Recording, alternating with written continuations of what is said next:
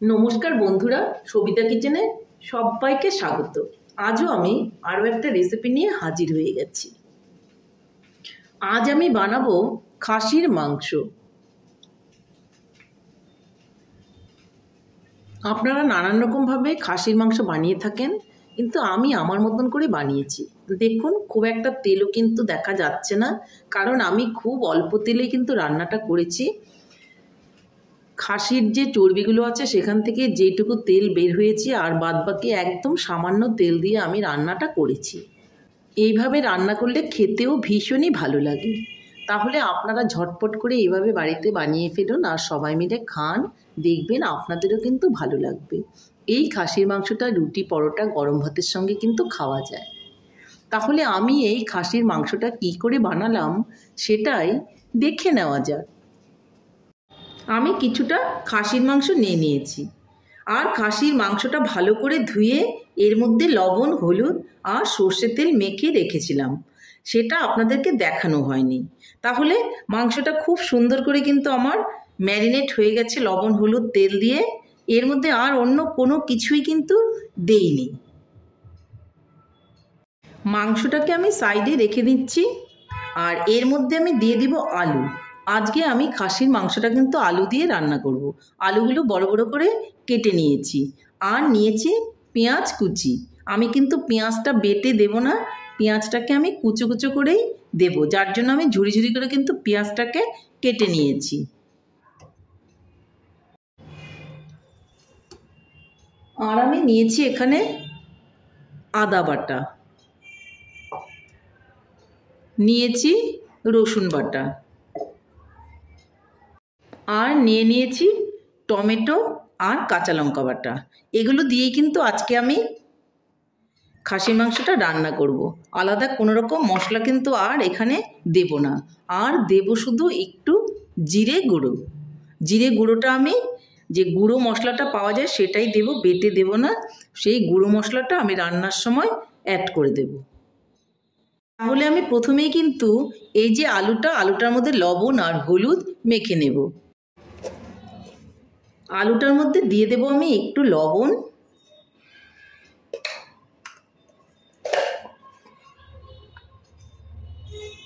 আর একটু হলুদ। এটা ভালো করে আমি আলুটার গায়ে মেখে নেব, আর তারপর আলুটাকে আমি ভেজে নেব। তাহলে মেখে নিচ্ছি আমি সুন্দর করে ডলে ডলে। এভাবে দেখুন, এইভাবে হলুদ আর লবণ দিয়ে আলু মেখে নিলে তারপর যদি ভেজে আমরা মাংসের মধ্যে দিই, খুব ভালো হয়। তাহলে আমি এখন চলে যাচ্ছি উনানের দিকে। আলুটাকে আমি ভেজে নিচ্ছি। এদিকে আমি একটা কড়াই বসিয়ে দিয়েছি, আর তার মধ্যে আমি সর্ষে তেল দিয়ে দেব। আমি কিন্তু সাদা তেল দিয়ে রান্না করব না। আজকে খাসির মাংস কিন্তু আমি সর্ষে তেল দিয়ে রান্না করব। অনেকে আবার ইচ্ছে করলে সাদা তেল দিয়েও রান্না করতে পারেন, তাতে কোনো রকম অসুবিধে হবে না। এদিকে কিন্তু তেলটা গরম হয়ে গেছে, আর আমি আলুগুলোকে ভেজে নেব। তেলটা ভালো করে গরম হলেই কিন্তু আলুগুলো দিতে হবে।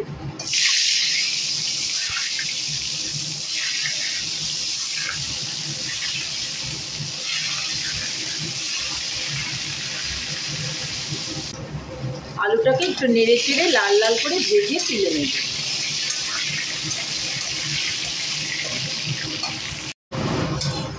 আলুগুলো লাল লাল করে ভাজা হয়ে গেছে। আলুগুলোকে এখন আমি তুলে নেব।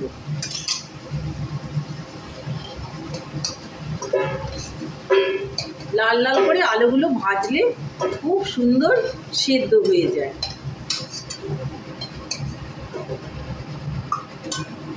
ওই তেলের মধ্যে এখন আমি দিয়ে দিব দুটো শুকনো লঙ্কা, দুটো তেজপাতা আর দারচিনি। তারপর আমি পেঁয়াজ কুচিগুলো ছেড়ে দেব।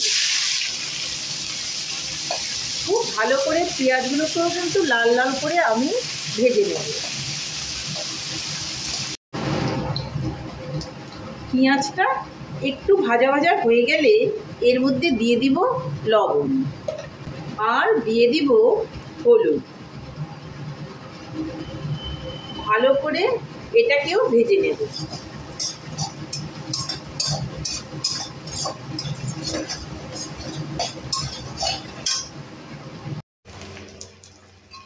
পেঁয়াজটা দেখুন লাল লাল করে ভাজা হয়ে গেছে। এর মধ্যে হলুদ আর লবণও কিন্তু আমি দিয়ে দিয়েছি। এখন আমি এর মধ্যে এক এক করে মশলাগুলো অ্যাড করে দেব।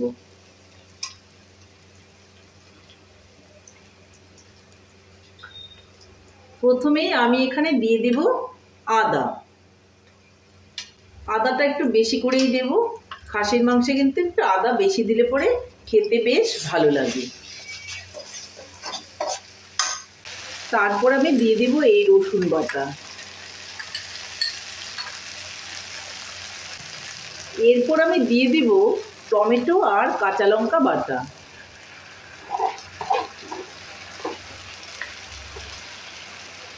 এক এক করে সব মশলাই কিন্তু আমার দেওয়া হয়ে গেল। এখন ভালো করে আমি মশলাটাকে কষিয়ে নেব।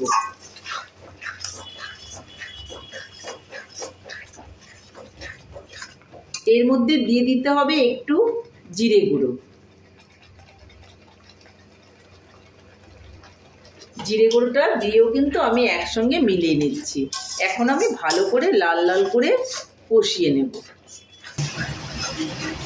দেখুন বন্ধুরা, মশলাটার কালারটাও চেঞ্জ হয়ে গেছে আর আস্তে আস্তে কিন্তু তেলটাও ছাড়তে শুরু করেছে। মশলাটা যখন এইভাবে ভাজা ভাজা হয়ে তেলটা ছাড়তে শুরু করবে, ঠিক সেই সময় কিন্তু আমি এই ম্যারিনেট করা মাংসটাকে দিয়ে দেব। দিয়ে ভালো করে নেড়ে চেড়ে নেব। এখন আমি কষিয়ে কষিয়ে রান্নাটা করতে থাকবো।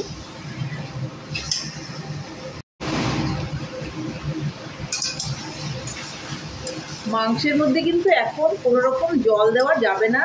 এটা কষিয়ে কষিয়ে মাংসের থেকে তেলটা বের করতে হবে, তারপর কিন্তু আমি জল ব্যবহার করব। আর যদি খুবই প্রয়োজন হয় তাহলে সামান্য একটুখানি গরম জল আপনারা দিতে পারেন। আর প্রয়োজন না হলে জল দেওয়ার কোনোই দরকার নেই। এখন অনবরত নাড়তে থাকলে জলের এখানে প্রয়োজন হবে না। যদি অনবরত না নাড়তে থাকেন তাহলে নিচটা কিন্তু লেগে যাবে, তখনই কিন্তু জলের প্রয়োজন হয়। তার জন্য আপনারা একটা জিনিস খেয়াল রাখবেন, মাংসটা কষানোর সময় কিন্তু অনবরতই নাড়তে থাকতে হবে। এইভাবে নেড়ে নেড়েই কিন্তু আমি মাংসটাকে কষিয়ে নেব।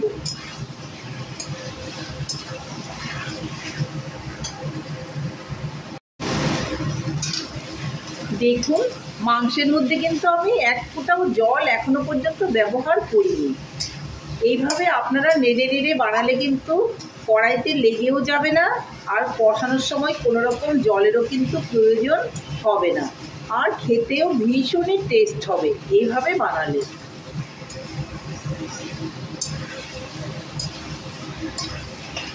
খাসির মাংস যতই কড়াইয়ের নিচে মানে তলাটা একটু লেগে লেগে আসবে আর এভাবে নেড়ে নেড়ে রান্না করবেন, ততটাই টেস্ট বেড়ে যাবে এই খাসির মাংসে।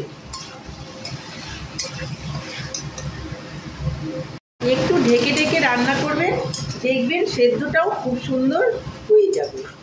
মাঝে মাঝে নেড়ে দেবেন আর একটু একটু এভাবে ঢাকা দিয়ে রাখবেন।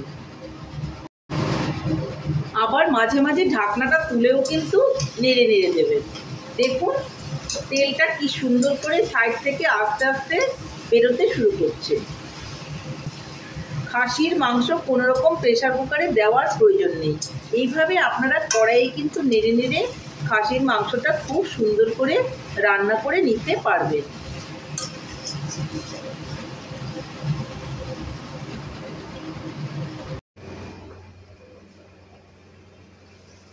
দেখুন কি সুন্দর তেল বেরোতে শুরু করেছে।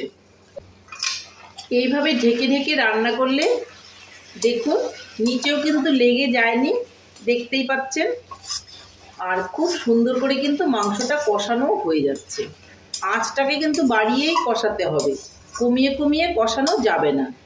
আঁচটাকে বাড়িয়ে রাখবেন আর এইভাবে কিন্তু কষিয়ে নেবেন।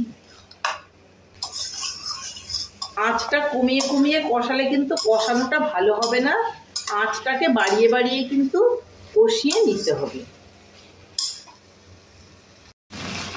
এখন আমি এর মধ্যে আলুগুলো দিয়ে দিব, যেগুলো আমি ভেজে তুলে রেখেছিলাম। আবারও কিন্তু নেড়ে চেড়ে মিলিয়ে নেব। দেখুন তেলটা ছাড়ছে কিনার দিয়ে, আর মাঝখানটা একটু লেগে লেগে উঠছে। এইভাবে খাসির মাংস রান্না করুন, দেখবেন খেতে ভীষণই ভালো লাগবে। আমার কিন্তু কষানো একদমই কমপ্লিট। এখন আমি এর মধ্যে পরিমাণ মতো জল দিয়ে দেব। আমি একটু কষা কষাই মাংসটা বানাবো। আশা করি মাংসটা 50% সেদ্ধ হয়ে গেছে, আর 50% আমি জল দিয়ে সেদ্ধ করে নেব। তাহলে আমার কষানো কমপ্লিট। এখন এর মধ্যে আমি দিয়ে দিব ফুটনো জল।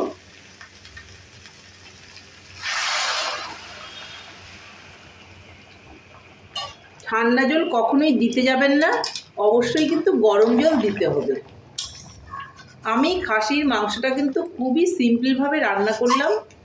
পেঁয়াজ, আদা, রসুন, লঙ্কা ছাড়া কিন্তু বাদ বাকি কিছুই এখানে দেইনি। না দিয়েছি ঘি, না দিয়েছি দই। খুব নর্মালভাবেই কিন্তু আমি বানালাম। এখন এটাকে ঢেকে আলুগুলো আর মাংসটাকে সিদ্ধ করে নিতে হবে। এই সময় ঢাকনাটা তুলে আমি কয়েকটা কাঁচা লঙ্কা উপর থেকে দিয়ে দেব। আবার ঢাকনাটা ঢেকে রেখে দেব, আর ফুটতে থাকবে। ঢাকনাটা আমি তুলে নিচ্ছি। দেখুন ঝোলটা কিন্তু অনেকটাই শুকিয়ে গেছে। আমি আরও একটু কষা কষা বানাবো, আর আঁচটা কিন্তু বাড়িয়েই আমি এটা ফুটতে দিয়েছি। আলুগুলো সেদ্ধ হয়েছে কিনা দেখে নেব।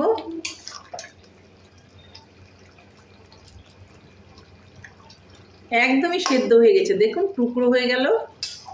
আর মাংসটাও আশা করি সেদ্ধ হয়েছে। এটাকেও আমাকে দেখে নিতে হবে।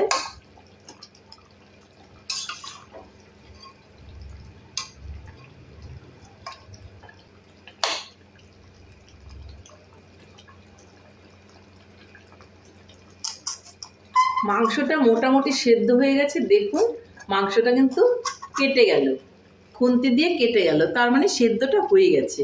তো জলটা শুকানো অবধি ঝোলে যতটুকু সেদ্ধ হয় এটা ততটুকুই হতে থাকবে। তারপর কিন্তু আমি এটাকে নামিয়ে নেব। এই সময় আমি এখানে দিয়ে দেব একটু গরম মশলা। গরম মশলাটা এখন যদি না দেই খুব ভালো করে কিন্তু মেলাতে পারবো না, যেহেতু গা কষা কষা আমি এই খাসির মাংসটা বানাবো, যার জন্য গরম মশলাটা আমি এখন অ্যাড করে দিলাম। আর এই সময় লবণটাও দেখে নেবেন যে ঠিকঠাক আছে কিনা। তো কষা কষাই কিন্তু খাসির মাংস খেতে ভালো লাগে। এখন আমি আঁচটাকে কমিয়ে দিব, আর আঁচটাকে বাড়িয়ে কিন্তু আমি রান্নাটা করব না, তাহলে আঁচটাকে একটু কমিয়ে দিচ্ছি। আর ঢাকা দিয়ে আস্তে আস্তে করে একটু কষিয়ে নিচ্ছি, জলটাকে একটু শুকিয়ে নিচ্ছি।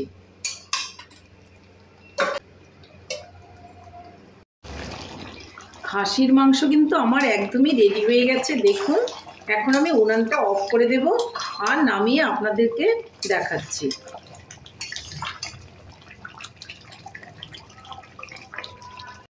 তাহলে বন্ধুরা ফাইনালি আমার খাসির মাংস কিন্তু রেডি হয়ে গেছে।